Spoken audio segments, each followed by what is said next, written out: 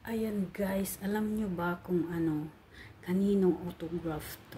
Ito yung tennis, WTA tennis dito sa Hong Kong, yung nag-champion.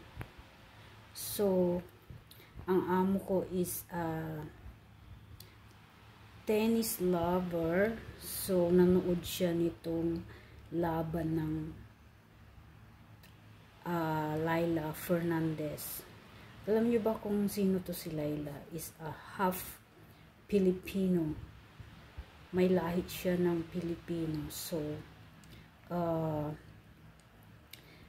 actually, hindi siya fan nitong nanalo na ito. Kasi first time itong lumaban dito sa Hong Kong. Mostly, ang pinapanood niya is ito.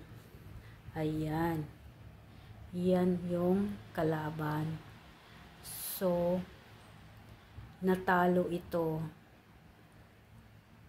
Ang nanalo is ito si Leylah Fernandez. So, bumili siya nitong ball na to na napakalaki at saka pina-autograph niya. So, bali yung binili niya ng ticket is malapit sa pang-pa-autograph nitong player na tong si Leylah Fernandez. So, kung alam nyo guys,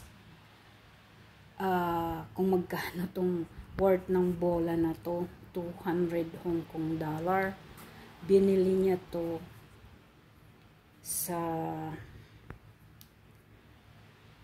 tennis laban ng Leylah Fernandez. Actually, Canadian siya. Is Canadian